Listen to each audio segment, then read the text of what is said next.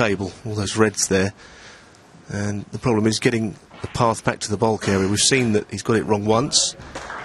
He's further over with the cue ball to the right, but even then, this is a similar problem. He could possibly play to get the cue ball to the black end this time. It's not really his style.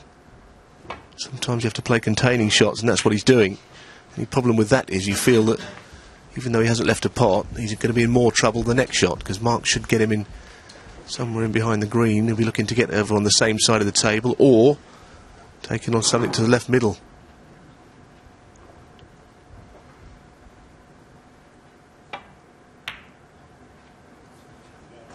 Well, he is very good at those shots, I have to say. And Dennis pointed out earlier, he just drops the ball in, doesn't he, very slowly, and he's an absolute master at that.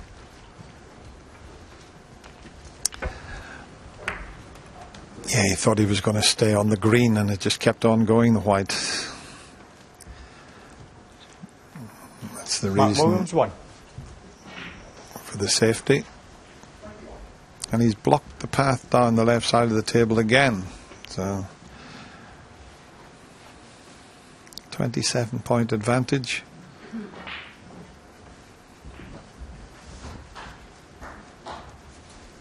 That's what he's looking at. He can't see enough of that red past the pink to get back down the table, and there's no escape route. Even Hawkeye can't see a way back down the table.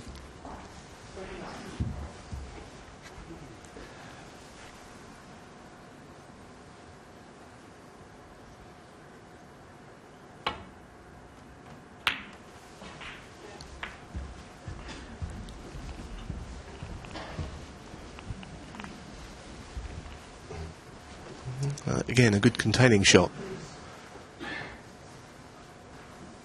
This time nothing to pot to the middle pocket. Mark just tries to get Ronnie in more trouble. Doesn't want to hit the green.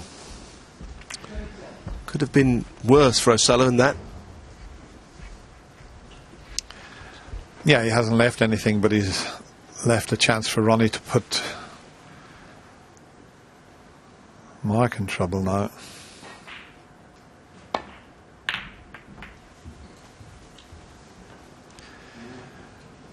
And this time it's Ronnie's turn to block the path round the left side of the table.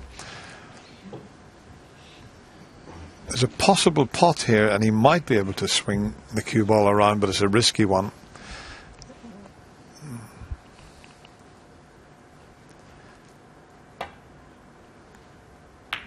Oh, he's going to leave some sort of tempter. I'm not sure about that shot, Mark. I'm just thinking about these two. I can't remember too many tactical frames they've ever played. This looked like going that way, and Ronnie has won that battle, because, like you say, the shot that Mark played there didn't seem on. And he's left him a good opportunity. Not even a half chance this, the way that he can get down for the pink. 27-point advantage when Ronnie came to the table. Looks a small, slender lead to me. Which was the shot he played. He obviously caught it too thin. Tried to get the cue ball close to the corner pocket. Ronnie just having a look as if he's okay. I think the two reds part could do a lot of scoring around the pink spot this time. This could be enough to win the frame, you feel. Ronnie doesn't rely on scoring around the black. He's very good at it, but he can score in the centre of the table equally as effectively.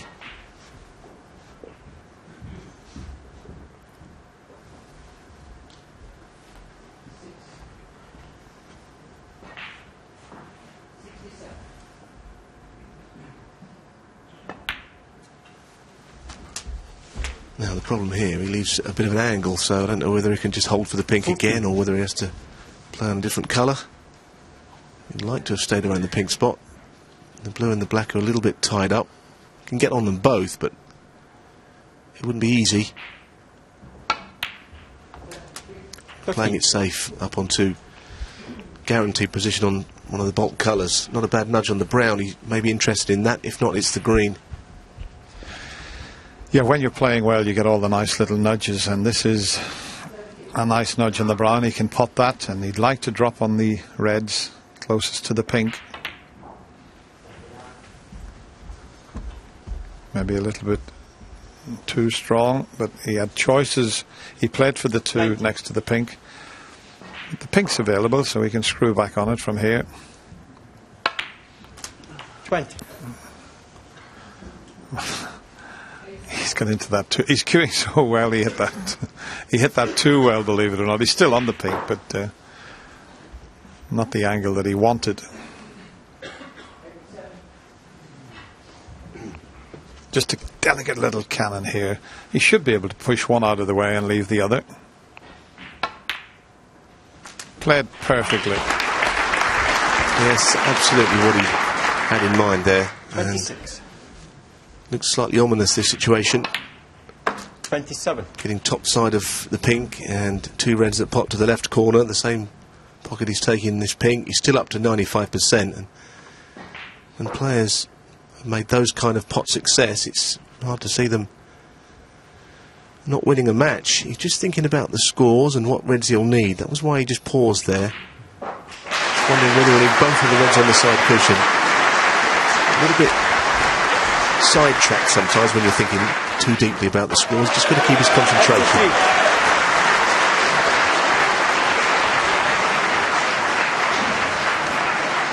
He's still looking at the score. He's going to need the difficult red that's just by his cue there. 34. Yeah, just looking at that, if my maths are correct, if he takes a pink with all of these, there will be 34 in it.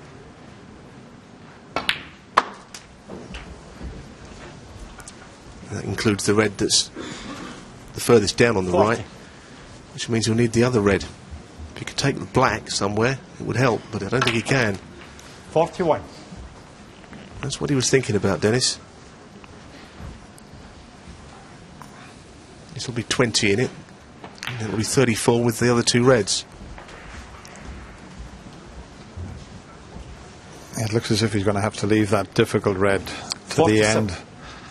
So this the pink, the other red, and then imperative he gets an angle on 48. the pink to move that difficult red. He could try and move it when potting this red, depending on the angle, but that wasn't available to him. So if he can get the correct angle on the pink, he might be able 54. to bring that red that he's going to need to clinch the frame with this visit.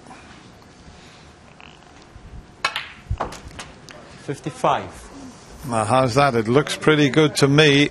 He might be able to just bring this into play. Well, he just stunned in behind it. That'll do. He doesn't have to worry about position here, Neil. Just float this in the pocket. 61. That's the thing, isn't it? He doesn't need to worry about his colour, and I suppose that's why he played the shot rather than the cannon, which appeared to be on as well, as you say. That is what match snooker is all about, though. He thought that through a long way out, and while he couldn't really avoid requiring the red, the way that he played it was just to knock it in and nothing else. He does look good today. I mean, I've said that before, but just even this, it's a break that's made him think all the way through. Oh, lovely shot again. Lovely shot.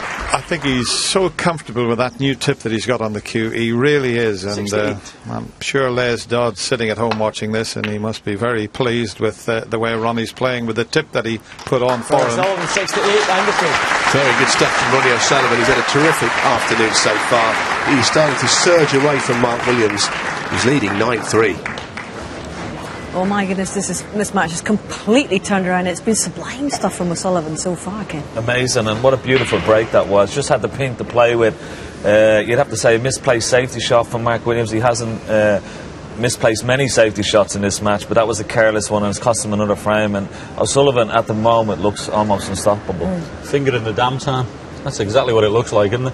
Because he's just absolutely in top gear, and no matter what you do, if you miss one, you know you're going to sit there and get punished. You play a poor safety, you're going to get punished. At the moment, he's unanswerable. So much pressure on every shot that Mark Williams plays, and that must be so difficult to cope with out there. Yeah, and even your safety shots, not only your missed putts, but even your misplaced safety shot like he did there. You know, so every shot Mark Williams is playing now, you know, he has to be 100% spot on, and that puts an awful lot of pressure, an awful lot of strain on you. And, you know, at the moment, you can't leave O'Sullivan a sniff at the moment. Okay, all right. Well, Ronnie is looking very good as we leave that one, and they head off for their half-time cup of tea. And we're going to quickly dip into events on the other side of the dividing wall.